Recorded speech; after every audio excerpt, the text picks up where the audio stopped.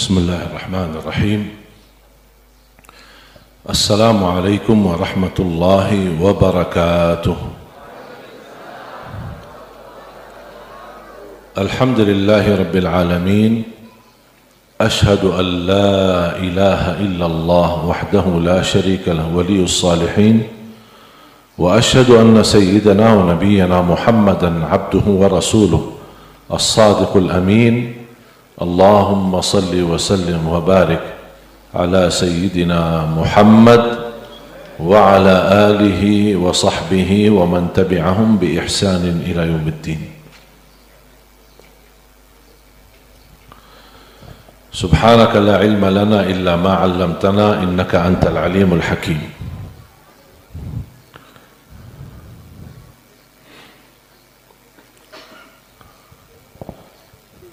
Alhamdulillah, saya bangga sekali bisa berkunjung ke Pondok Pesantren Modern Darul Fikri dan bertemu ayah tercinta, guru tercinta, Bapak Haji Al-Ustadz Al-Fadil Ad-Da'i ilallah Ustaz Samudi. Semoga insyaAllah panjang umur, sehat walafiat, dan diberikan karunia kemuliaan di dunia dan kemuliaan di akhirat.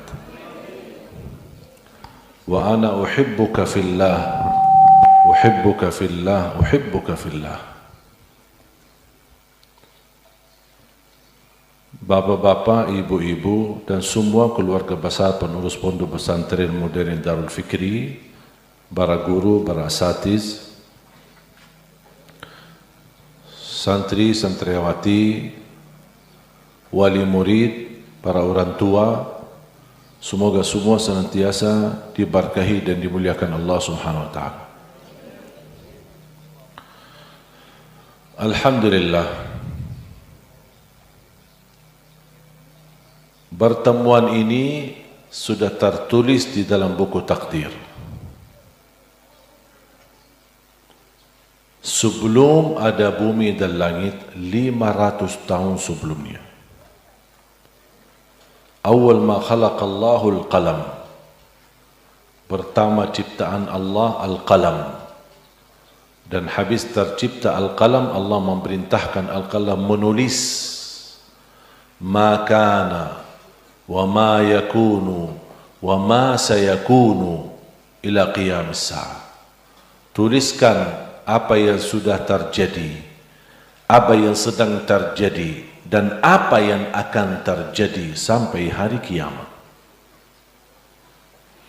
Sebagaimana berkunjungan saya ke Pondok Pesantren Modern Darul Fikri sudah ditakdirkan oleh Allah, sama tusukan kemarin saya juga ditakdirkan oleh Allah. Harus kita belajar lapang dada terhadap takdir. Kalau bisa belajar, jangan membedakan takdir buruk sama baik. Karena menurut saya, kalau memang takdir itu dari Allah, pasti baik. Walaupun awalnya kejadian musibah buruk, tapi di balik musibah banyak hikmah dan pelajaran.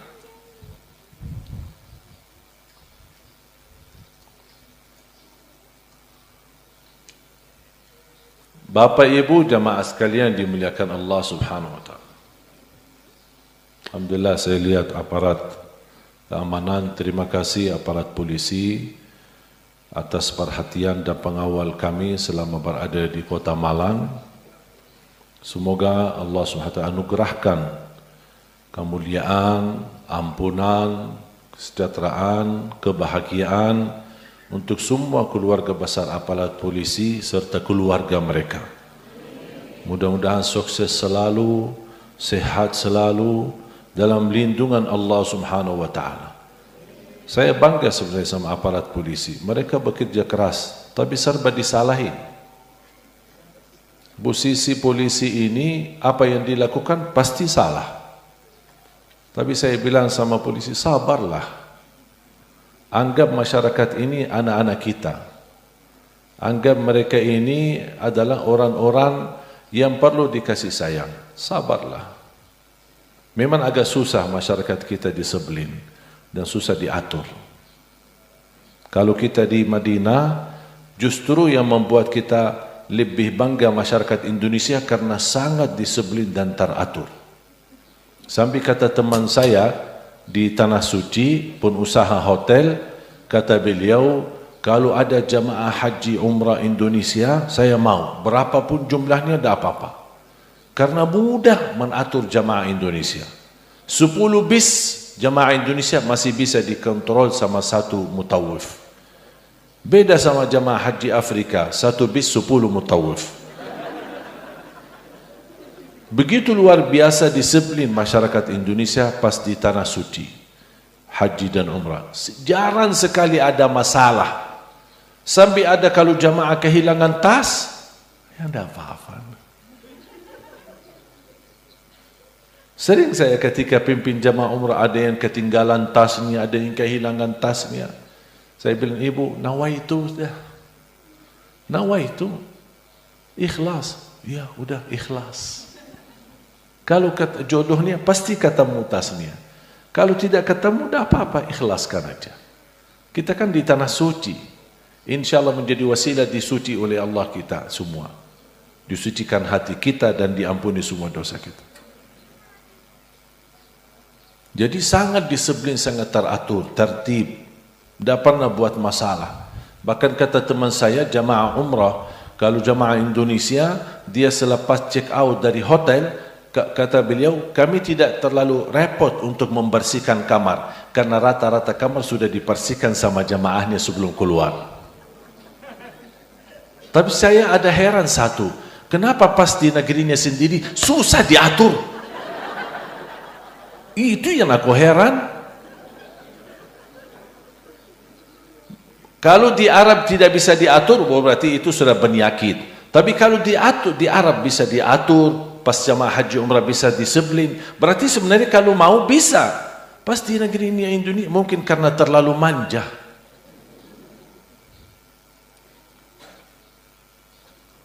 Makanya ya mudah-mudahan saya doakan dan khususnya doakan aparat keamanan kita.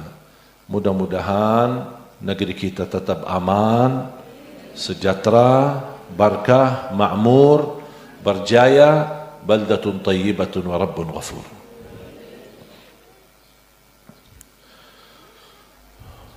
Pentingnya belajar Al-Quran, pentingnya pendidikan Al-Quran.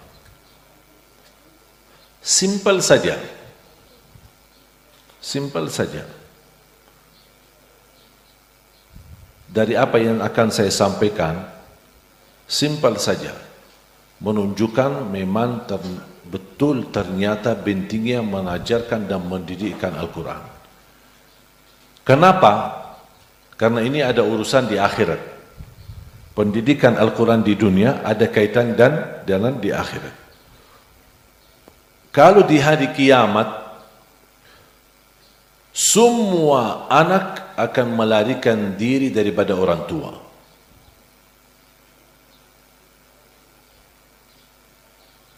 Coba ada Quran, ada yang bawa Quran, ada yang bawa Quran di sakunya boleh.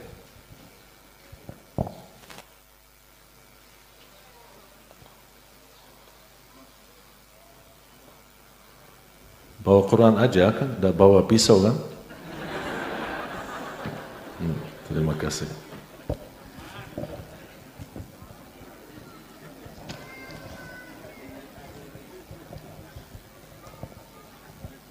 Jangan takut, santai-santai aja. Saya isi di masjid, di panggung, tidak apa-apa. Ada di belakang aman. Santai aja. Tidak bakal mati sebelum waktunya. Kalau sudah waktunya bakal mati, biar ada 1000 polisi. Kalau sudah waktunya mati. Polisi bisa menjaga kita dari kerusuhan, tapi polisi tidak bisa jaga kita dari malaikatul maut. Jadi santai. Surat Abasa ayat 33, 34, 35, 36, 37. Saya akan bacakan, dan saya harap kalau ada yang bawa Quran terjemah atau di HP-nya, kalau ada di HP terjemahan, mohon dipersiapkan surah Abasa mulai dari ayat 33 sampai ayat 37. Nanti dipandu sama yang ada terjemahannya ya. Saya akan bacakan. A'udzu billahi minasy syaithanir rajim. Bismillahirrahmanirrahim. Fa idza ja'atis sakhah yawma yafirrul mar'u min akhihi wa ummihi wa abihi وصاحبته وبنيه لكل امرئ منهم يومئذ شأن يغنيه صدق الله العظيم.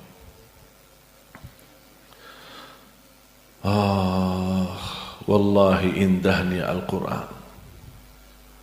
Kalau yang baca dan menyimak, simak Al-Quran, mendengar tapi tidak tersentuh hatinya, kasihan, dia lagi sakit. Hatinya mati. Allah menggambarkan kalau ayat Al-Quran diturunkan di atas gunung, gunung itu bisa hancur. Masa Allah turunkan Al-Quran dan kita rasakan di hati kok tidak merasa apa-apa, biasa-biasa aja. Saya pernah melihat sebuah rekaman video di Jerman. Ada seorang tua masuk sebuah toko muslim, mau belanja. Mau beli belanja mungkin makanan halal apa gitu. Beliau sudah tua, mungkin 70 lebih. Yang punya toko di dalamnya dia mensetelkan ayat suci Al-Quran melalui CD murattab. Si bapak yang tua begitu masuk ke toko untuk belanja malah diam sambil bersandar di meja yang ada di sebelahnya. Diam sambil meneteskan air mata. Ini non muslim, bukan Islam. Dia terasa tersentuh hatinya. Habis itu dia tanya sama yang punya toko, ini apa ini? Itu suara apa itu? Saya tidak pernah seumur hidupku mendengar suara yang bisa menyutukan hati saya seindah kalimat-kalimat itu. Dia jelaskan, ini suara Al-Quran. Apa itu Quran? Dia tidak tahu. Dijelaskan dan dihadiahkan Quran, ada terjemahan bahasa Jerman. Dia tidak pernah lewat satu hari membaca dan menartikan artinya, mempelajari maknanya sampai khatam. Dan kemudian ketika dia khatam, dia langsung ucapkan asyhadu an la ilaha illallah wa asyhadu anna muhammadar rasulullah. Biarpun orang kafir terbuka hatinya, dia saat mendengar kalamullah wallahi tersentuh hatinya. Masa hati kita lebih keras dan lebih kasar daripada batu? Makanya saya sering bilang sama jamaah, tingkatkan pendengaran Al-Quran. Sering dengar, bukan hanya baca, tapi simak. Karena mendengar Al-Quran wasilah untuk menyucikan hati kita. Ada 3 hal yang bisa merusak hati dan bisa juga memperbaiki hati. Mata melihat, telinga mendengar, lisan lidah mengucap. Kita berkata dusta, bohong, titik hitam di hati. Kita baik, jujur, titik putih di hati. Kita dengar yang baik, halal, kalimatun tayyibah, nasihat, zikir, doa, kita dengar yang baik, titik putih di hati. Dengar gosip, fitnah, adu domba, berbagai macam, titik hitam di hati. Mendengar jelekannya orang, ingin tahu cerita orang, titik hitam di hati. Mempandangi yang halal, akan Allah berikan titik hitam putih di hati. Melihat yang haram, yang tidak dihalalkan oleh Allah, mempandangi yang haram, titik hitam di hati. Tergantung, kalau terlalu banyak titik hitam di hati, tertutup hatinya. Dan penyakit namanya ran. Dan obati ran itu tidak bisa diobati secara medis. Tapi ran adalah penyakit yang menutupi cahaya hati. Bisa diobati dengan zikir. Perbaiki pandanganmu, perbaiki pendengaran telingamu, dan perbaiki ucapanmu. Akan disucikan hatinya. Di antaranya sering pandangi Al-Quran, baca Al-Quran, dengan dengar Al-Quran.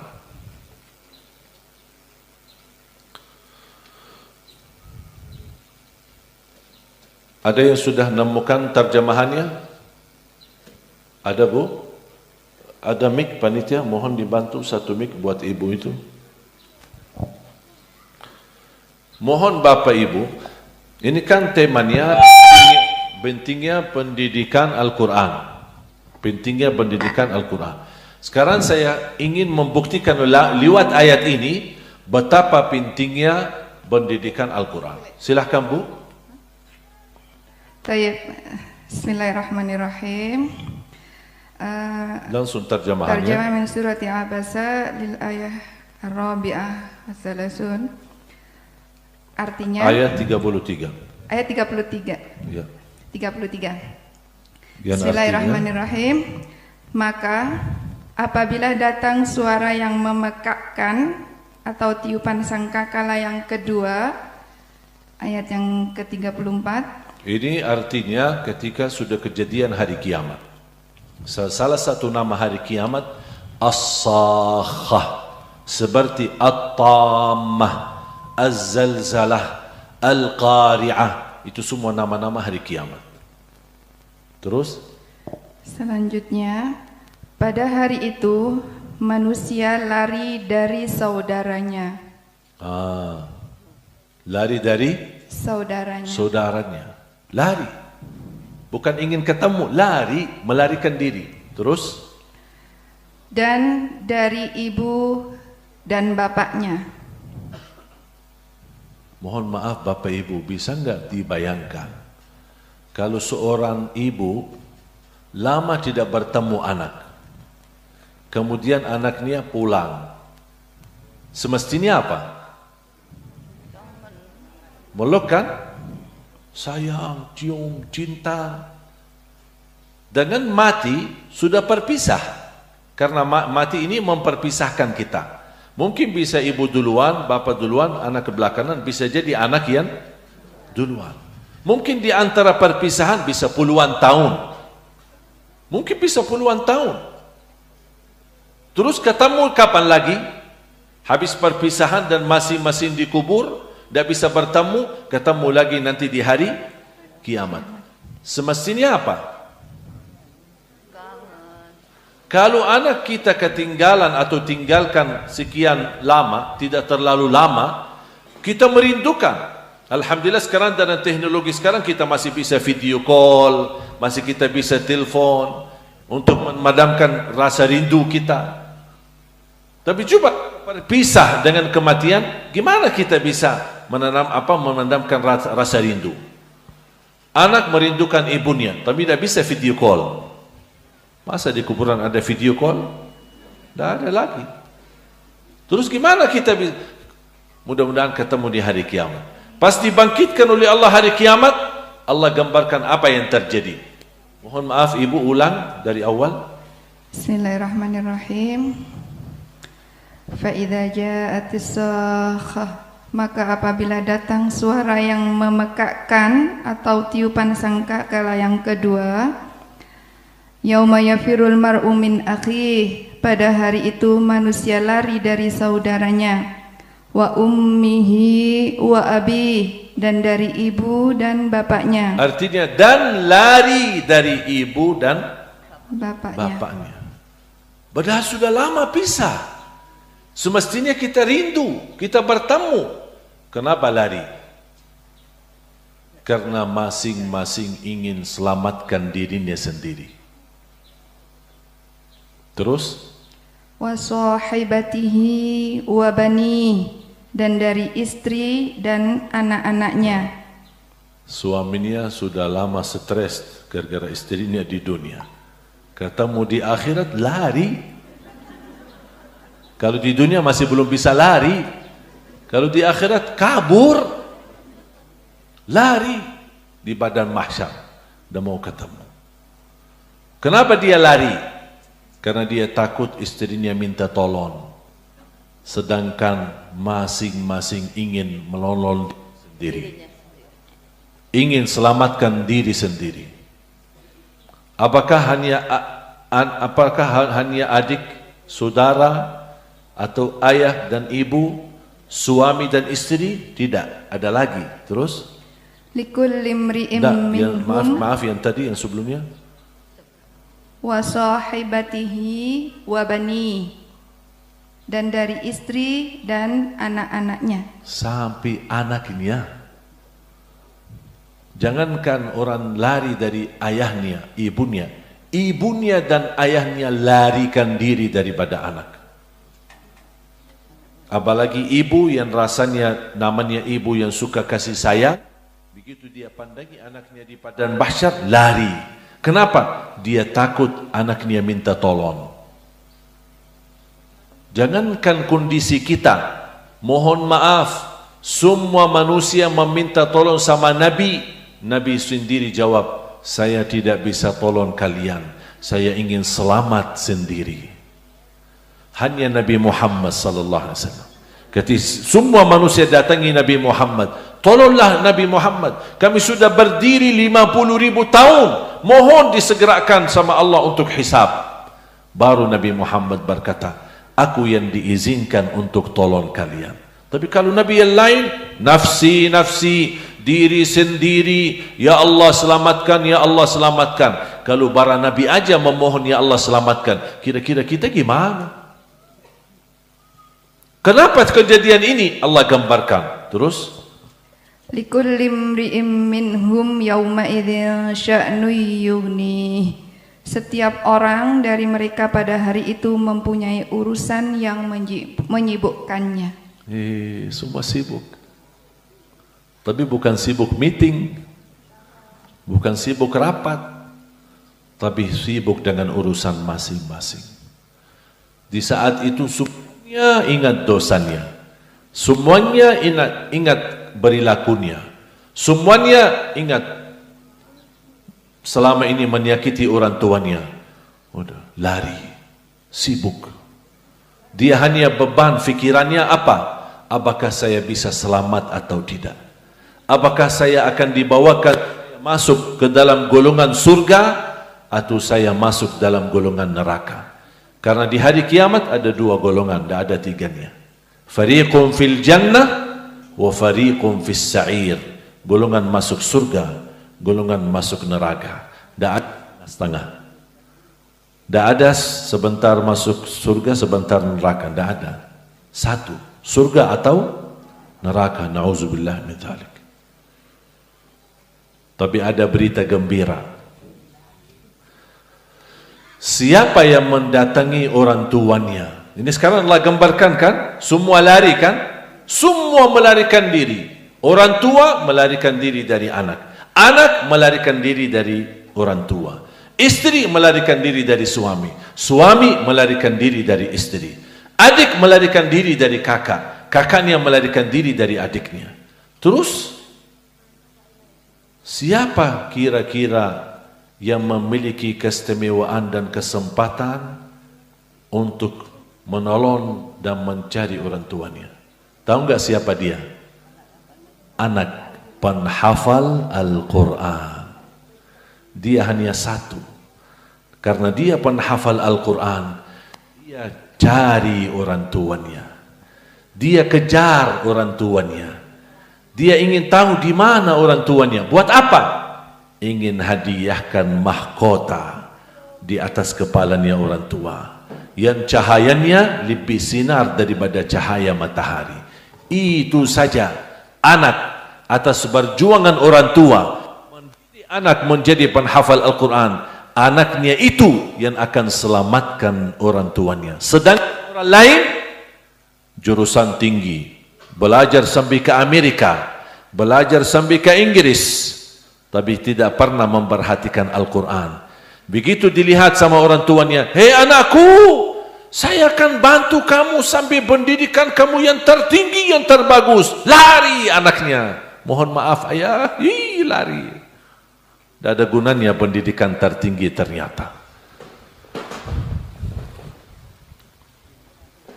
Sudah bisa kan pentingnya belajar Al-Quran, pentingnya pendidikan Al-Quran.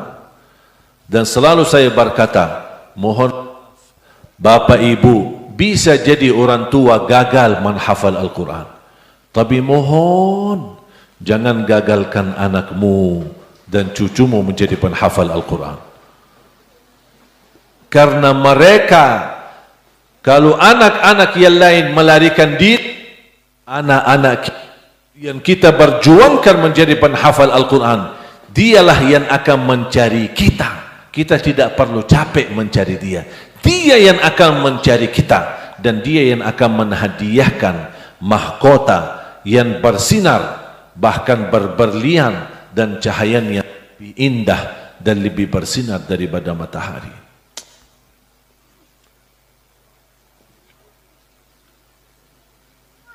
Ketika saya pernah satu saat, ibu saya membaca surat ini dan menangis menitiskan air. Dia membayangkan gimana kondisi anak larikan diri daripada ibu, ibu melarikan diri pada anak. Dan saya mencium kepalanya dan memegang tangannya. Saya bilang, Ummi, jangan khawatir, kami yang akan cari Ummi. Ummi tidak usah lari, Ummi tidak usah nangis, karena Ummi yang memperjuangkan kami menjadi penghafal Al-Quran. Mohon maaf Bapak Ibu, orang tua saya orang awam, bukan orang penghafal Al-Quran. Ayah saya bukan ulama, bukan kiai, belajar sekolah sampai kelas 3 SD. Ibu saya sampai usia 40 tahun, 0 huruf, tidak bisa baca Quran. Coba bayangkan, orang Arab tidak bisa baca Quran. Sampai usia 40 tahun, sama sekali tidak bisa baca Quran. Allah anugerahkan keturunan 12 anak. 9 laki 3 perempuan. 10 di antara 12 penghafal Al-Quran 30 juz. Berapa mahkota yang ayah dan ibu kita dapat? Berapa karunia yang mereka dapat? Saya safari dakwah, saya sengaja mendatangkan orang tua saya dari Madinah, karena mereka berdiam di Madinah. Saya datangkan, khususnya di kota Malang, saya bawa mereka. Kali ini sayang sekali mereka tidak bisa ikut, tapi di dalam beberapa titik saya ajak ibu sama ayah. Begitu kita pulang, ayah sama ibu nangis. Nangis begitu memperhatikan, begitu jamaah antusias dan sayang sama saya. Dan saya pula sayang sama jamaah. Saling mencinta karena Allah subhanahu wa ta'ala. Tidak ada kepentingan di antara saya sama bapak ibu. Kita hanya bersama-sama duduk, dan alhamdulillah saya bangga menjadi rakyat Indonesia karena betapa Allah berikan karunia perhatian jamaah kepada saya dan keluarga. Alhamdulillah kita bisa terus istiqamah memperjuangkan Islam dan memperjuangkan Al-Quran karena berkat doa dari bapak ibu. Makanya ketika ibu dan ayah mereka datang dari Madinah, melihat ibu-ibu betapa luar biasa kasih sayangnya kepada kita, luar biasa perhatiannya kepada kita. Mereka datang di mana tempat bermalam kita, datangi berkunjungan, bapak-bapak memberikan perhatian, sampai ayah sama ibu merasa tenang. Walaupun mereka pulang ke Madinah, merasa tidak ada kekhawatiran karena mereka merasa anaknya sedang berada di tengah keluarga sendiri. Tak pernah saya merasa diri asing. Saya bilang sama ayah sama Ummi sama ayah merasa bangga karena begitu luar biasa perhatian jamaah kepada kami. Gimana kalau ayah di hari kiamat? Gimana Ummi kalau di hari kiamat? Masing-masing anaknya dari 10 penghafal Al-Quran akan mencari ayah dan Ummi untuk memberikan mahkota yang luar biasa indah. Mungkin kami bukan berjurusan tinggi, sekolah yang tinggi, biasa-biasa saja. Dan alhamdulillah berkat tuannya, berkat anaknya menjadi penghafal Al-Quran. Sekarang sebaliknya, ayah dan ibu ikut dari nol belajar Al-Quran dan menjadi penghafal Al-Quran. Yang menjadi gurunya adalah anaknya sendiri. Dan saya berhasil merayu 7 adik saya, 7 adik kandung. Saya datangkan mereka dari Madinah. Dan saya sudah sampaikan, di Indonesia mereka sangat haus belajaran Al-Quran. Mereka ingin membaca Al-Quran dengan benar, bahkan banyak ingin menghafal Al-Quran. Dan tugas ini luar biasa besar, dan impian ini sangat indah, dan saya tidak bisa bekerja sendiri. Ayo adik-adik saya, kalau kalian berkenan datang ke Indonesia. Tapi saya bilang sama mereka, saya tidak bisa janji gaji, saya tidak bisa janji uang, saya tidak bisa janji rumah yang bagus, saya tidak bisa memfasilitasi adik-adik saya. Saya sampaikan begitu. Kalau kalian mau cari aman, mohon maaf, Madinah lebih aman. Kalau mau cari suci, Madinah lebih suci. Mau cari makmur, Madinah lebih makmur. Mau cari berkah, Madinah lebih berkah. Mau cari makam wali, Nabi Muhammad lebih baik daripada wali. 1000 wali di Indonesia masih lebih mulia makam Nabi Muhammad SAW. Tapi kalau kalian datang ke Indonesia untuk memperjuangkan Al-Quran, terbuka kesempatan. Tapi kalau kalian hanya buat jalan-jalan, lebih baik diam aja di Madinah. Saya rayu dan memberikan semangat.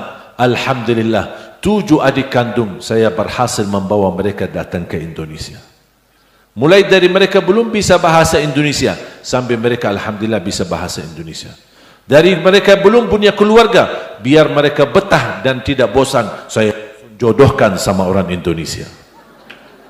Yang perempuan nikah sama laki-laki Indonesia, yang adik saya yang laki nikah sama orang Indonesia. Ibu-ibu jangan khawatir, masih ada lagi. Bahkan saya dorong adik saya, kalau boleh adik saya, tolong masing-masing nikah istri 4, dan setiap istri melahirkan 1 lusin. Subhanallah, semuanya jadi penghafal Al-Quran. Gimana Pak? Setuju? Ibu-ibu? Udah, ibu-ibu. Ibu kan ini buat Al-Quran, buat Islam, buat kebaikan. Tidak usah. Luar biasa. Sebenarnya salah satu yang membuat saya betah di Indonesia ini ibu-ibu sebenarnya. Luar biasa, perhatian ibu-ibu kepada saya luar biasa. Saya disebut penggemar ibu-ibu. Setiap di rumah, alhamdulillah, tidak pernah saya belanja. Semua kiriman dan titipan dari ibu-ibu. Sampai istri, ini kiriman dari mana? Dari ibu-ibu. Tulisan itu dari ibu-ibu. Tulisan itu dari ibu-ibu. Hari milad saya ada banyak kiriman. Dari mana? Dari ibu-ibu. Sampai saya, semua kiriman dari ibu-ibu? Saya bilang enggak, yang itu dari bapak-bapak.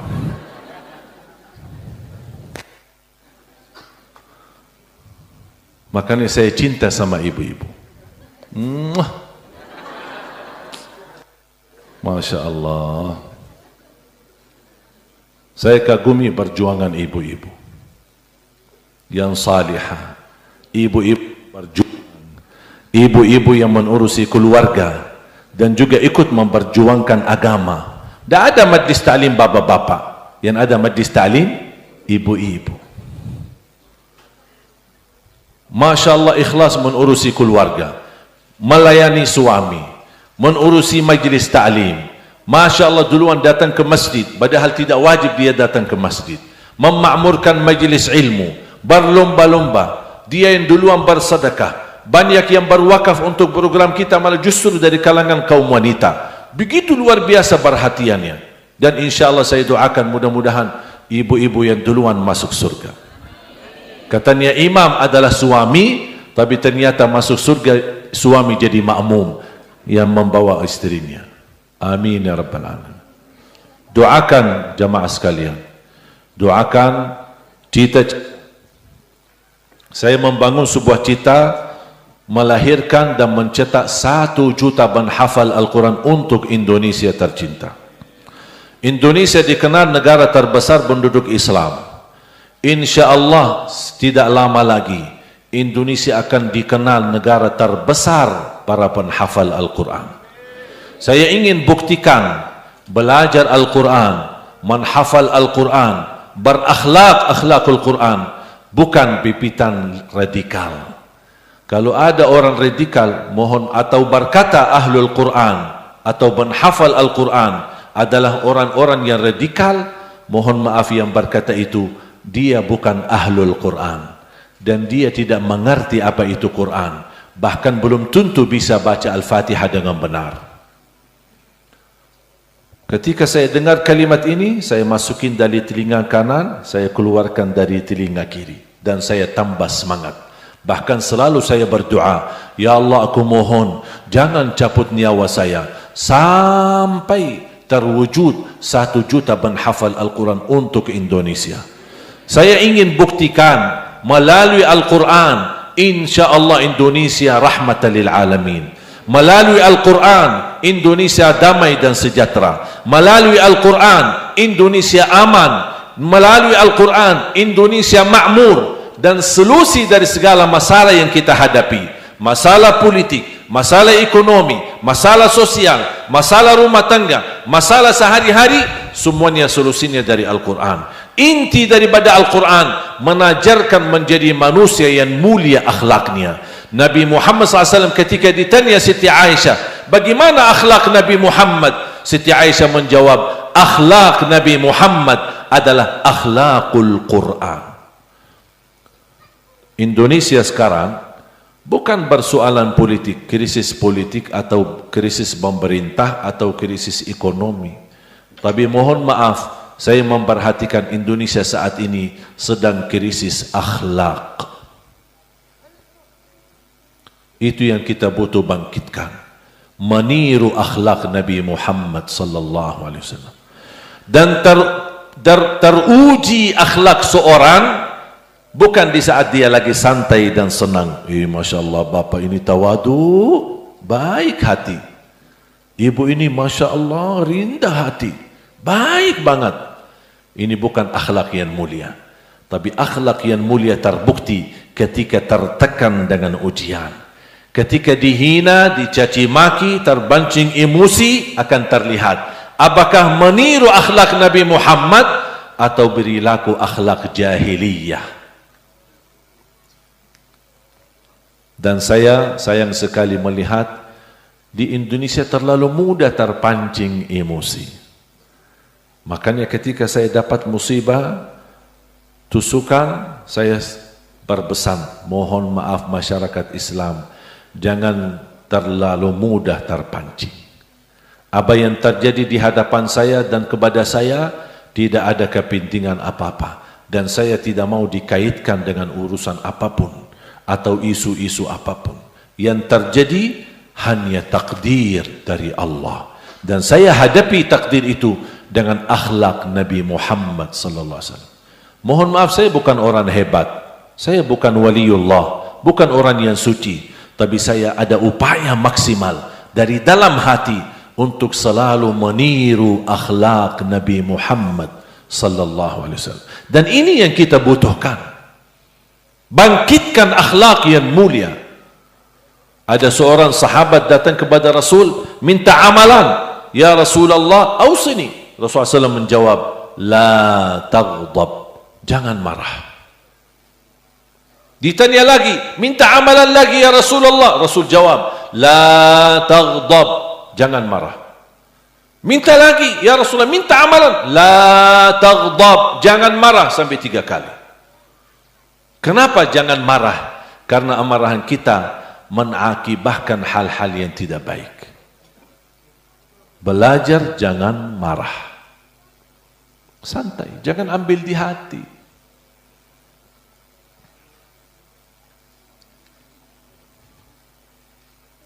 Ada kejadian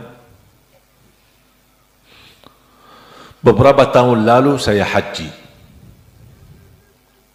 Waktu itu musim haji baru diaktifkan kereta baru. Kereta di dalam area manasik. Bisa pindah dari Mina, Arafat, Muzdalifah, Masjidil Haram bagi kereta baru. Namanya kereta baru bagi jamaah haji kan penasaran. Semuanya ribut-ribut, berlomba-lomba, bergesa-gesaan untuk naikin kereta. Saya ikut bergabung, cukup berat, padat. Saya masuk, di depan saya banyak orang, di belakang saya pun banyak orang. Saling mendorong, gesa-gesaan. Orang di belakang saya mendorong, saya terpaksa juga mendorong orang yang di depan. Nampaknya orang yang di depan tidak kuat, tidak bisa menahan diri, ikut jatuh. Saya berdiri di belakangnya. Habis dia jatuh, dia berdiri dan dia pandangi ke belakang. Saya sudah lihat wajahnya merah, marah, matanya merah. Anjing kamu.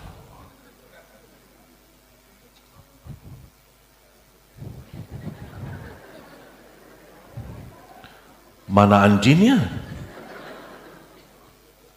Kan beliau kan bilang anjing kan? Mana anjingnya?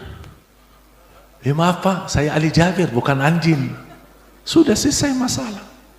Dia marah lagi. Assalamualaikum. Terus saya tinggal. Buat apa kita ambil di hati? Kalau setiap kata orang kita balas. Coba kalau saat saya itu marah, saya balas. Kira-kira berhenti? Dia balas. Saya balas lagi, dia balas.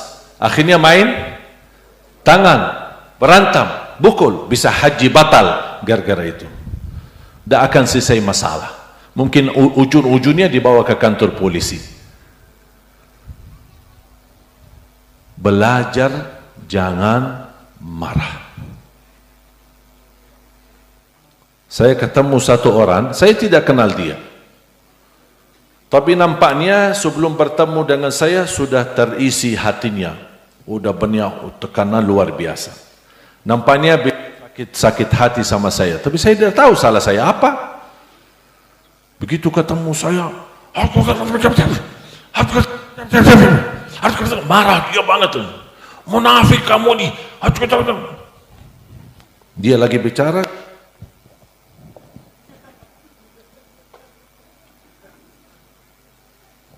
Saya diam.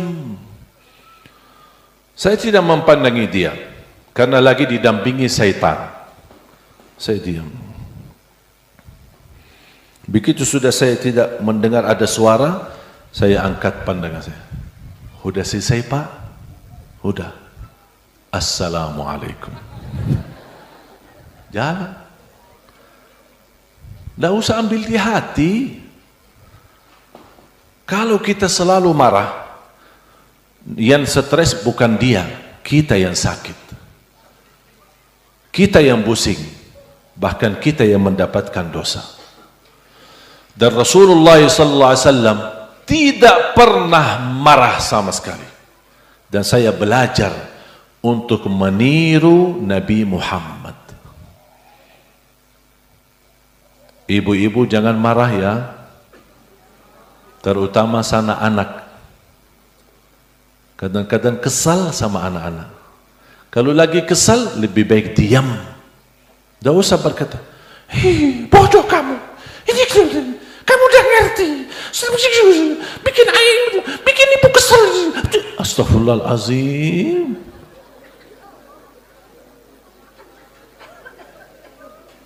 Kalau ibu ucapin ini, kira-kira tentang apa yang terjadi berubah enggak?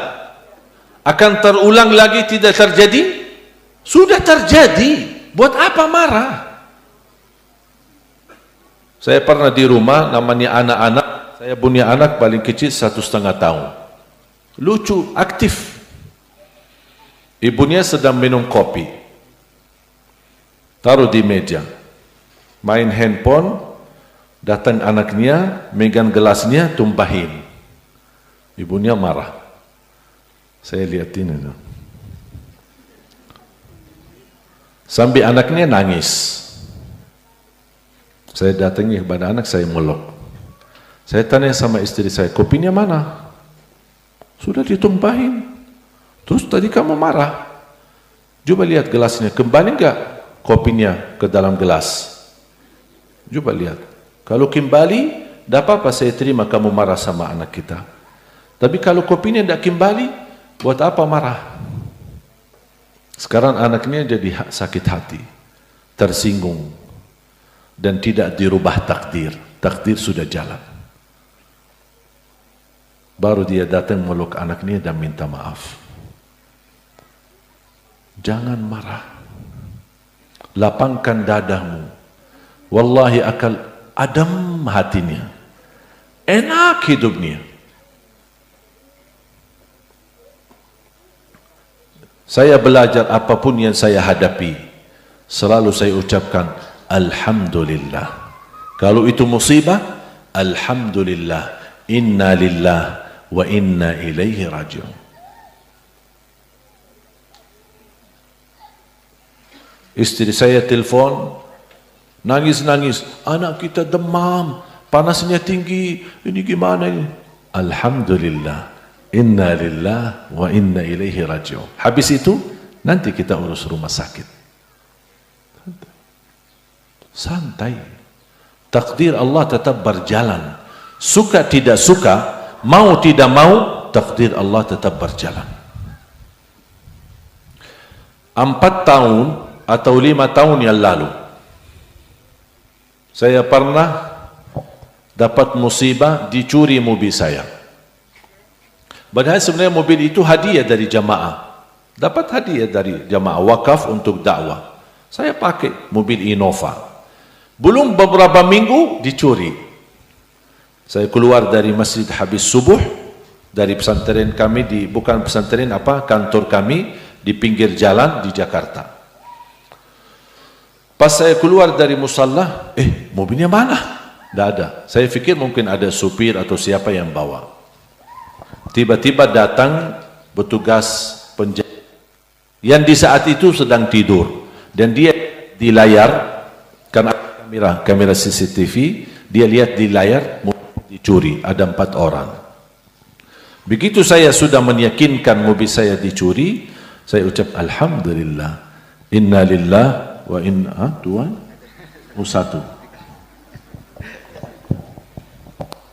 Inna lillah wa inna ilaihi raji'un. Alhamdulillah. Inna lillah wa inna ilaihi raji'un. Alhamdulillah. Inna lillah wa inna ilaihi raji'un. Allahumma ajirni fi musibati wa akhluf li khairan minha. Ya Allah, sempurnakan pahala bagiku terhadap musibah ini dan ganti yang lebih baik. Terus saya lihat lagi di layar ada 4 orang. Begitu lihat mereka sangat tertib dan sangat profesional untuk membongkar mobilnya, matikan sensornya dan bawa mobilnya. Saya berdoa di saat itu, ya Allah, kalau maling ini benar-benar sedang butuh, dia lagi ada keperluan dan kebutuhan buat keluarganya, anaknya barangkali, istrinya sedang sakit, saya tidak tahu ya Allah.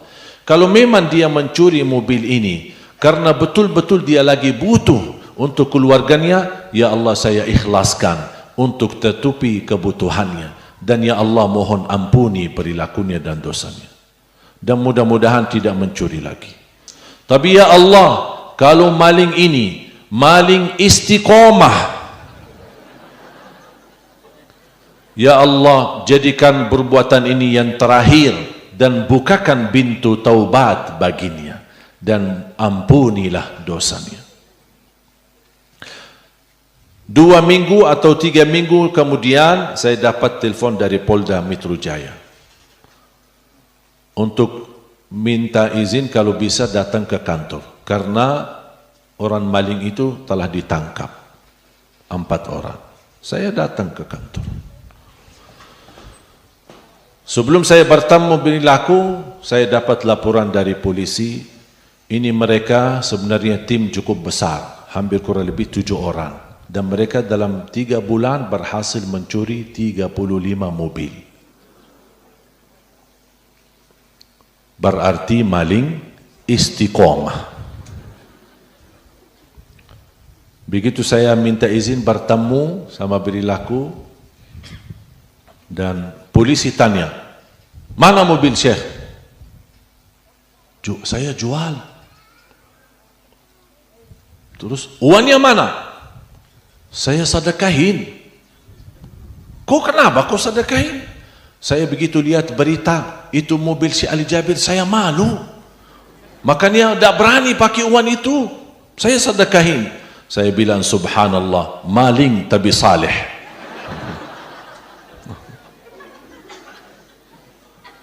Sampai polisi tanya sama saya, ada tuduhan, ada yang mau dituntut? Saya bilang, buat apa saya tuntut? Takdir Allah sudah jadi dan sudah jalan, dan saya tidak ada tuntutan apa-apa. Saya ikhlaskan dan saya maafkan. Tapi saya ingin satu pesan. Saya bilang, mohon Ananda bertaubatlah. Kita manusia tidak terlepas dari salah. Bertaubatlah dan jujur, pasti diampuni Allah. Dan jadi anak bangsa yang baik, dan jagalah nama baik Indonesia. Udah, habis itu saya tinggal. Sebelum bertemu mobil oleh polisi, sebelum dipertemukan mobil saya, Allah ganti datangkan 2 mobil hadiah. Karena berita sudah masuk di mana-mana, beredar, wartawan, di YouTube, di TV. Nanti Bapak Ibu kalau mau tahu beritanya ada di YouTube kami. Nanti pas pulang, buka YouTube di channel Syekh Ali Jabir, ada berita. Kira-kira kalau tidak salah 4 tahun atau 5 tahun yang lalu. Ada videonya. Dan kalau buka YouTube kami, jangan lupa subscribe, like dan share. Ya, sekalian promosi kan. Allah Subhanahu wa taala sebelum bertemukan mobil, saya dapat 2 mobil baru. Yang hilang mobil Innova, tapi saya dapat menggantinya Honda CR-V sama Honda BR-V. Masya Allah. Saya di saat itu bayangkan gimana kalau yang hilang istri saya. Astaghfirullahaladzim. Ini direkam ya Pak? Nanti dihapus ya Pak? Dihapus. Kalau istri saya tahu nanti kacau. Alhamdulillah saya cinta dan sayang sama istriku. Dan istriku pun sayang sama saya.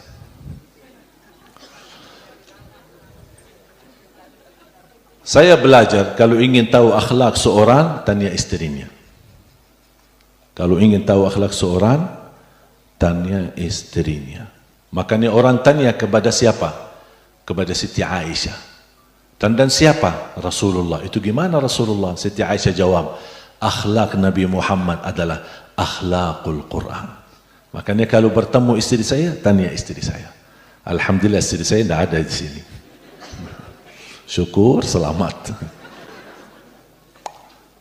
Bapak Ibu jamaah sekalian, betapa pentingnya Al-Quran, betapa mulianya akhlak Nabi Muhammad. Wallahi tenang hidup kita, bahagia selamat dunia akhirat kalau kita bisa meniru Nabi Muhammad sallallahu alaihi wasallam. Mari kita bangkitkan akhlak Nabi Muhammad. Kita perhatikan Al-Quran. Jangan lewat 1 hari tidak baca Al-Quran. Minimal simak mendengar Al-Quran. Kalau kita merasa sebagai orang tua gagal menjadi penghafal Al-Quran, mohon jangan gagalkan anakmu dan cucumu menjadi penghafal Al-Quran. Mohon doa restu. Doakan kami agar terus perjuangan kami melanjutkan untuk mencetak 1 juta penghafal Al-Quran untuk Indonesia. Dan alhamdulillah program ini bukan mau jalan, sudah jalan dan sudah melahirkan dan mencetak puluhan para penghafal Al-Quran, bahkan sudah sampai ratusan. Dan setiap mereka penghafal Al-Quran di bawah binaan kami kirimkan, kami hadiahkan umrah.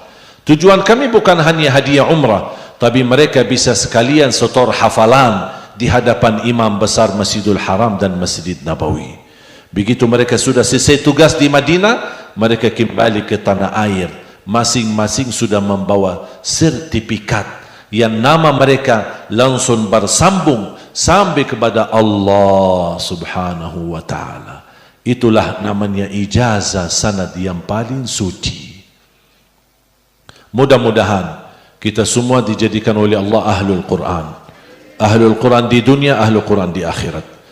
Mudah-mudahan Allah anugerahkan kepada kita keturunan penghafal Al-Quran. Berakhlak, akhlakul Quran. Karena akhlakul Quran adalah akhlak Nabi Muhammad sallallahu alaihi wasallam. Bapak Ibu jamaah sekalian, mana panitia ada? Sebelum saya tutup, saya serahkan kepada panitia, kepada Ustaz Adit dari tim kami, dan habis itu saya insyaAllah akan tutup doa. Mohon izin Bapak Ibu sabar sebentar, jangan kemana-mana, sesaat lagi kami kembali. Cik.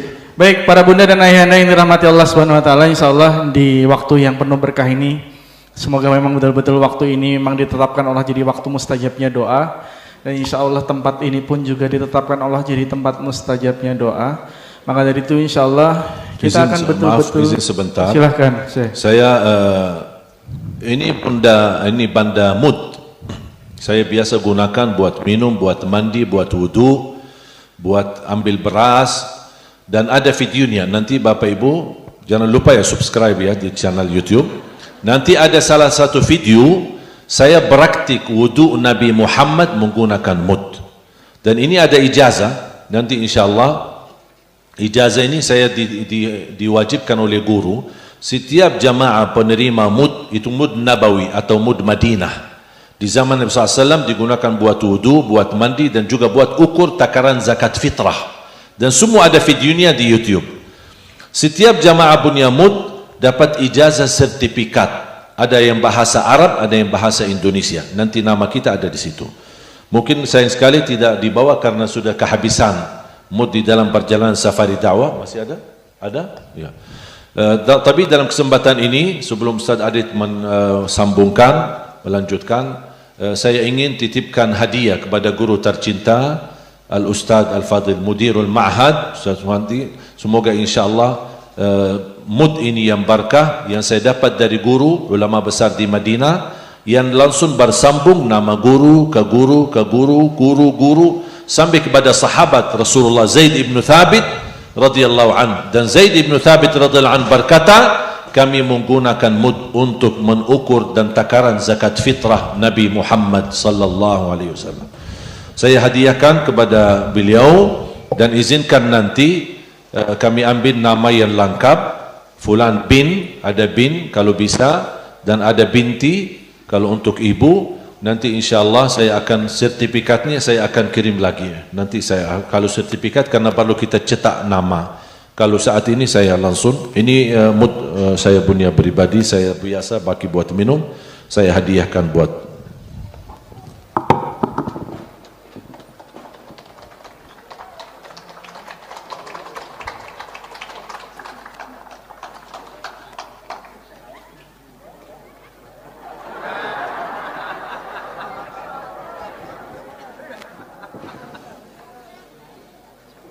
Alhamdulillah kita ditunjukkan betapa Islam selalu mengajarkan kasih sayang, adab saling menghormati kepada orang tua. Dan memang luar biasa Islam mengajarkan detail dari A sampai Z, apapun yang kita harus lakukan, yang paling tepat adalah mencontoh Nabi Muhammad sallallahu alaihi wasallam. Insyaallah semoga yang ada di sini memang Allah takdirkan untuk nantinya menjadi hamba-hambanya yang selalu mencontoh uswatun hasanah, yaitu Nabi Muhammad sallallahu alaihi wasallam. Maka dari itu insyaallah para bunda sekalian, kami pada kesempatan siang hari ini ingin mengajak dan membuka kesempatan kepada ayahanda dan para bunda, seperti yang tadi saya sampaikan di awal dan sedikit tadi disinggung oleh Syekh Ali Jabir, bahwa beliau selalu berdoa Jangan matikan saya sebelum bisa mewujudkan program pembibitan 1 juta penghafal Al-Quran dan juga untuk mewujudkan Indonesia ini jadi negerinya para penghafal Al-Quran. Maka dari itu saya yakin dan kita hakul yakin bahwa cita-cita ini bukan hanya cita-cita si Ali saja, tetapi ini jadi cita-cita kita bersama, dan saya yakin kita mempunyai keinginan untuk bisa ikut bergabung di dalam perjuangan itu. Maka insya Allah pada siang hari ini kami ingin membuka kesempatan kepada ayahanda dan para bunda untuk bisa bergabung bersama menjadi keluarga besar di dalam program pembibitan 1 juta penghafal Al-Quran bersama dengan Syekh Ali Jabir, dan juga mewujudkan program 100 markas mahir Quran bersama dengan Syekh Ali Jabir. Dan alhamdulillah ini jadi titik terakhir kami di Malang, sehingga insya Allah betul-betul saya yakin ini adalah hamba-hamba terbaik Allah yang Allah gariskan untuk bisa ada di dalam pertemuan yang indah, yang penuh berkah ini. Alhamdulillah selama safari ini ada yang mewakafkan tanahnya 500 meter di daerah Batur. Kemudian tadi pagi Allah turunkan lagi kun fayakunnya. Ada seorang yang mewakafkan rumah dan tanahnya untuk bisa mendukung program pembibitan 1 juta penghafal Al-Quran. Dan insya Allah saya yakin di sini memang betul-betul sudah Allah pilih hamba-hambanya untuk bisa juga ikut bergabung di dalam program pembibitan 1 juta penghafal Al-Quran ini. Maka dari itu insya Allah pada kesempatan siang hari ini kami ingin membuka kesempatan kepada ayah dan para bunda. Insya Allah kami memang membawakan beberapa mood ya, hanya 3 mood saja pada kesempatan siang hari ini. Insya Allah mood ini akan dihadiahkan kepada para bunda dan ayahanda yang ikut bergabung di dalam program pembibitan 1 juta penghafal Al-Quran. Insya Allah nanti akan dihadiahkan langsung oleh Syekh Ali Jabir kepada jamaah yang ikut bergabung di dalam program pembibitan 1 juta penghafal Al-Quran. Bagaimana kemudian caranya? Pada hari ini, pada siang ini, saya ingin mengajak kepada para bunda dan ayahanda untuk bisa ikut bergabung. Nanti ayahanda dan para bunda cukup mengangkat tangan terlebih dahulu, kemudian maju ke depan. Saya akan pandu di nominal tertentu. Setelah itu nanti ada teman-teman saya yang ada sebelah kanan maupun kiri saya yang bersiap mencatatkan nama dan nomor telepon ayahanda dan para bunda. Setelah nanti dicatat, ayahanda dan para bunda akan mendapatkan nomor rekening. Nah, nomor rekening ini digunakan untuk mentransfer sedekah terbaiknya di dalam mewujudkan program pembibitan 1 juta penghafal Al-Quran bersama dengan Syekh Ali Jabir. Maka dari itu nanti akan ada beberapa kesempatan yang saya akan buka. Yang pertama adalah kesempatan untuk nantinya wakaf mut. Kemudian yang kedua adalah Syekh Ali juga akan menghadiahkan buku. Buku ini juga tidak diperjualbelikan secara bebas di luar, tapi buku ini memang khusus dihadiahkan kepada para jamaah yang ikut juga bergabung dalam program pembibitan 1 juta penghafal Al-Quran dan juga untuk mewujudkan program 100 markas mahir Quran bersama dengan Syekh Ali Jabir. Insya Allah nanti yang memang Allah takdirkan bisa mendapatkan mood ini, nanti ayahanda dan para bunda silahkan mencatatkan nama dan nomor telepon, pastikan namanya lengkap dengan bin dan bintinya. Karena insya Allah digunakan untuk pencatatan atau pencetakan sertifikat sanad yang insya Allah nanti akan bersambung sampai ke sahabat Rasulullah SAW, yaitu Zaid ibnu Thabit insya Allah. Maka dari itu saya akan mulai pada kesempatan siang hari ini. Tapi sebelumnya saya tekankan ini bukan jual beli ya bun, tetapi apapun yang diberikan oleh Syekh Ali tidak akan sebanding dengan apa yang dikeluarkan oleh ayah dan para bunda, karena betul-betul Allah yang maha baik yang mampu memberikan balasan terbaik. Maka dari itu insya Allah di kesempatan siang hari ini saya ingin membuka kesempatan kepada ayahanda dan para bunda yang ingin ikut bergabung di dalam program pembibitan 1 juta penghafal Al-Quran. Saya sampaikan uangnya tidak harus hari ini senilai. Untuk kesempatan pertama ini senilai 10 juta rupiah. Yang pertama boleh angkat tangannya dan maju ke depan. Saya tolong dibantu sholawat sekuat-kuatnya, zikir sekuat-kuatnya, supaya Allah kirimkan pasukannya untuk bisa ikut bergabung dalam perjuangan ini. Siapapun yang mengangkat tangan dan maju, Allah yang mantapkan hatinya. Siapapun yang mengangkat tangan dan maju, Allah yang ringankan langkah kakinya. Dan saya yakin ini berkah doa dari para jamaah sekalian. Kita nanti akan tutup doa bersama dengan Syekh Ali, dan kita akan ambil keberkahan dari saudara-saudara kita yang bersedekah pada siang hari ini. Sekali lagi, apakah ada yang ingin ikut bergabung dalam program sedekah terbaik, program pembibitan 1 juta penghafal Al-Quran bersama Syekh Ali Jabir senilai 10 juta rupiah? Yang pertama boleh angkat tangannya dan maju ke depan. Saya yakin ada, saya tolong dibantu sholawatnya supaya Allah kirimkan pasukannya untuk bisa ikut bergabung dalam perjuangan ini. Ada rida untuk 10 juta rupiah. Yang pertama boleh angkat tangannya dan maju ke depan. Bismillahirrahmanirrahim. Ada dari belakang. Saya tolong dibantu takbirnya sekuat tenaga. Takbir, Allahu Akbar. Barakallahu fikum. Ayahanda boleh berkenan untuk bisa maju ke depan untuk langsung menerima wakaf mutnya dari Syekh Ali Jabir. Silahkan untuk ayahanda yang sudah mengangkat tangan boleh bergabung bersama kami maju ke depan, karena insya Allah akan langsung diserahkan mutnya oleh Syekh Ali Jabir kepada ayahanda yang ikut bergabung bersama kami. Alhamdulillah, saya tolong dibantu takbirnya sekuat tenaga. Takbir, Allahu Akbar. Barakallahu fikum. Bunda dan ayahanda silahkan bergabung. Sudah 2 orang. Berarti saya tolong dibantu sholawat sekuat-kuatnya untuk orang yang ketiga. Apakah ada yang ingin ikut bergabung dalam program pembibitan 1 juta penghafal Al-Quran bersama dengan Syekh Ali Jabir? Uangnya tidak harus hari ini, untuk 10 juta rupiah. Yang ketiga boleh angkat tangannya dan maju ke depan karena kesempatannya terbatas. Yang dari kiri bunda berkenan untuk bisa maju ke depan. Sepertinya sudah ada 3 orang. Baik, saya tolong dibantu takbirnya sekuat tenaga. Takbir, Allahu Akbar. Barakallahu fikum. Silakan yang sudah bersiap di sebelah kiri panggung untuk bisa maju ke depan, untuk bisa mencatatkan nama dan nomor teleponnya. Bunda, kun fayakun, Allah bekerja pada pagi hari ini. Kalau kita ngumpulin uang 30 juta dalam waktu 5 menit akan sulit. Tapi kalau sudah Allah kehendaki, maka Allah akan kirimkan jalannya, Allah akan kirimkan pasukannya. Maka dari itu, sebesar apapun masalah kita, Allah punya solusinya. Hanya Allah yang maha memberikan solusi, insya Allah. Sekali lagi saya ucapkan jazakumullah khair kepada ayahanda dan para bunda yang sudah ikut bergabung dalam perjuangan ini di program pembibitan 1 juta penghafal Al-Quran. Silahkan yang sudah menerima wakafnya boleh bergeser ke sebelah kiri untuk bisa mencatatkan nama dan nomor teleponnya. Ayahanda silahkan.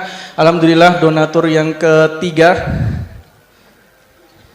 Alhamdulillah, betul-betul Allah yang mantapkan hatinya, Allah yang ringankan langkah kakinya untuk bisa ikut bergabung dalam perjuangan ini. Baik, saya akan buka kesempatan yang kedua. Karena moodnya sudah, maka dari itu insya Allah buku ini pun juga akan dihadiahkan kepada para bunda dan ayahanda yang ikut bergabung dalam perjuangan ini, insya Allah. Bukunya juga hanya terbatas, hanya tersisa sekitar 20 saja. Maka dari itu saya tolong tetap dibantu sholawatnya untuk bisa Allah kirimkan pasukannya untuk bisa ikut bergabung dalam perjuangan ini. Maka dari itu saya ingin buka kesempatan kepada ayahanda dan para bunda yang ingin ikut bergabung di dalam program pembibitan 1 juta penghafal Al-Quran bersama dengan Syekh Ali Jabir.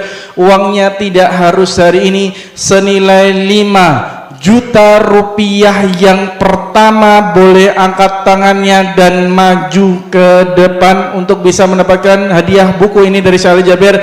Ini hanya bentuk apresiasi, tapi betul-betul Allah yang maha baik yang mampu memberikan balasan terbaik untuk Syekh Ali Jabir. Untuk juga para jamaah sekalian, apakah ada yang ingin bergabung untuk 5 juta rupiah? Yang pertama boleh angkat tangannya dan maju ke depan. Bismillahirrahmanirrahim. Ada 5 juta pertama. Silakan untuk 5 juta rupiah yang kedua. Insya Allah hanya 20 orang saja yang bisa untuk bisa ikut bergabung, dan insya Allah ayahanda dan para bunda saya tolong dibantu zikir sekuat-kuatnya. Insya Allah kita akan ambil keberkahan dari saudara-saudara kita yang bersedekah pada siang hari ini. Kita akan tutup doa bersama dengan Syekh Ali Jaber. Kita akan memanfaatkan waktu mustajabnya doa ini. Kita akan manfaatkan tempat yang insya Allah ditetapkan Allah jadi tempat mustajabnya doa ini. Dan kita akan bersama-sama bermunajat dengan Syekh Ali Jaber. Dan kita akan ambil keberkahan dari saudara-saudara kita yang bersedekah pada siang hari ini. Apakah masih ada yang ingin ikut bergabung di dalam program pembibitan 1 juta penghafal Al-Quran bersama Syekh Ali Jaber senilai 5 juta rupiah? Ada bunda dari sebelah kiri, saya tolong dibantu takbirnya sekuat tenaga. Takbir, Allahu Akbar, barakallahu fikum. Sudah ada 3 orang. Apakah ada yang menyusul untuk yang keempat, untuk yang kelima, untuk yang keenam? Sebelum kita tutup doa bersama karena waktu kami terbatas insyaallah, dan azan zuhur segera akan berkumandang juga, maka dari itu insyaallah silakan yang betul-betul Allah mantapkan hatinya, Allah yang ringankan langkah kakinya untuk bisa ikut bergabung bersama kami, untuk bisa mencatatkan nama dan nomor teleponnya insyaallah sebelum nanti kita tutup doa bersama dengan Syekh Ali Jaber. Apakah ada yang ingin masih ikut bergabung di dalam program pembibitan 1 juta penghafal Al-Quran? Ada dari bunda dari belakang, silakan bergabung bersama kami. Insya Allah yang membukakan jalan, insya Allah juga jadi amal soleh kita bersama. Sekali lagi saya ingin membuka kesempatan kepada ayahanda dan para bunda yang ingin ikut bergabung di dalam program pembibitan 1 juta penghafal Al-Quran bersama dengan Syekh Ali Jaber.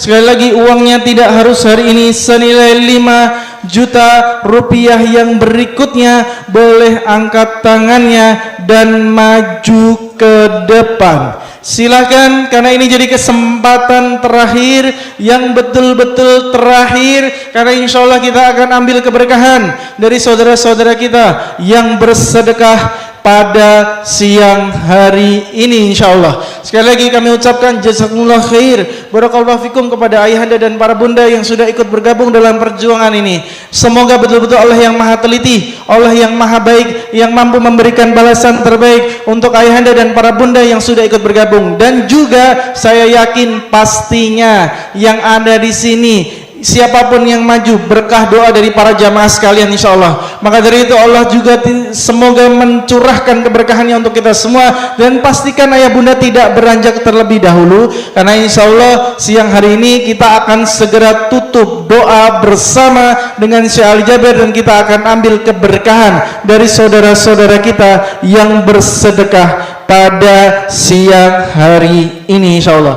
Sekali lagi saya ucapkan barakallahu fikum, jazakumullah khair kepada ayahanda dan para bunda sekalian.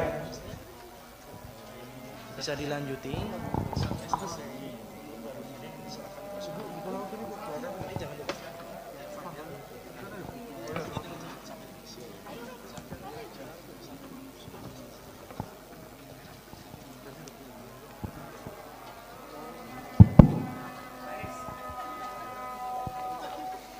Baik, ya sambil kita lanjutkan Bapak Ibu sekalian, insyaallah. Nah, ini adalah cucu dari Kiai Haji Sumhudi ya, dan beserta ayahnya, Sadari Wildana.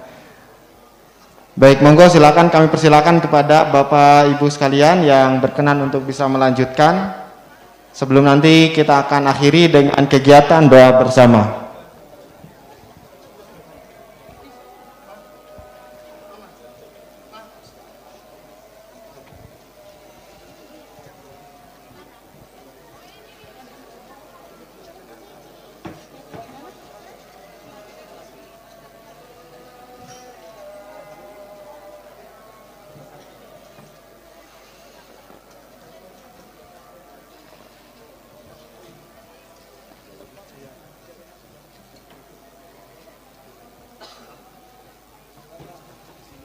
Habis ini doa, terus itunya sebentar apa?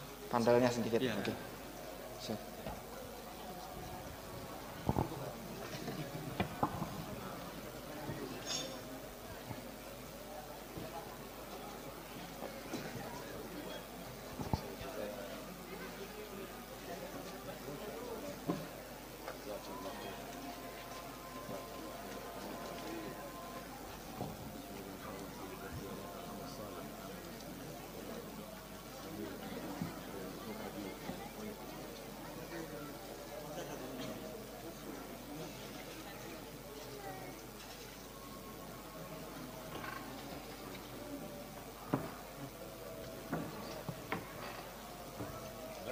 Baik, silakan monggo Bapak Ibu. Masih banyak bukunya atau sedikit lagi?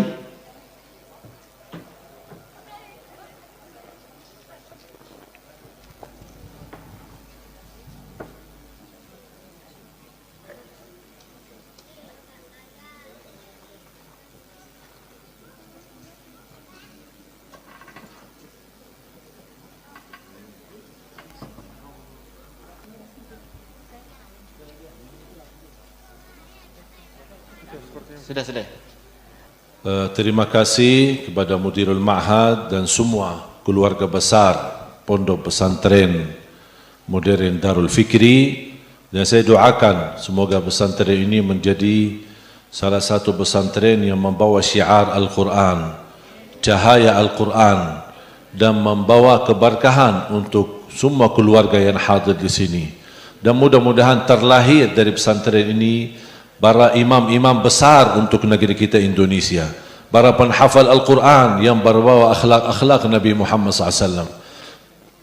Pondok Pesantren Modern Darul Fikri mudah-mudahan maju, sukses, selalu membawa keberkahan, dan segala aktivitasnya menjadi amal salih, menjadi saksi baik, dilimpahkan rezeki yang barakah. Semua yang terlibat dalam yayasan ini mudah-mudahan semuanya mendapatkan ridha Allah Subhanahu wa taala, dan diterima segala amal ibadahnya, diberkahi rezekinya, diberkahi keluarganya, diberkahi keturunannya, dan kita semua bersama-sama bertemu di dalam surga Allah Subhanahu wa taala bersama Nabi Muhammad sallallahu alaihi wasallam. Ya Allah ya Arhamar Rahimin, ya Allah ya Arhamar Rahimin, aku mohon untuk semua jamaah yang hadir, selepas majlis ini masing-masing pulang sudah diampuni segala dosanya, disucikan hatinya, dibersihkan jiwanya, dianugerahkan kepadanya keturunan salih salihah, penghafal Al-Quran, berakhlak akhlakul Quran, akhlak Nabi Muhammad sallallahu alaihi wasallam. Ya Allah, aku mohon untuk semua jamaah yang hadir, selepas majlis ini masing-masing pulang sudah tertulis namanya mendapat syafaatnya Al-Quran. Akhiri hayat kami dengan husnul khatimah. Ighfir lana wa liwalidina, ighfir lana wa liwalidina, ighfir lana wa liwalidina, warhamhum kama rabbawna sighara. Ya Allah, muliakan semua bara-bara yang mendirikan yayasan ini, yang mendirikan Darul Fikri. Ya Allah, jadikan berjuangan mereka amal salih yang membawa kebaikan dan pahala yang tidak terputus sampai hari kiamat, sedekah jariah yang membawa bahagia selamat dunia sampai akhirat. Birahmatika ya Arhamar Rahimin. Rabbana atina fid dunya hasanah wa fil akhirati hasanah wa qina adzaban nar. Wa sallallahu ala sayyidina wa nabiyyina Muhammad wa ala alihi wa sahbihi wa baraka wa sallam. Walhamdulillahi rabbil alamin. Akhirul kalam, subhanakallahumma wa bihamdika أشهد أن لا إله إلا أنت أستغفرك وأتوب إليك والسلام عليكم ورحمة الله وبركاته.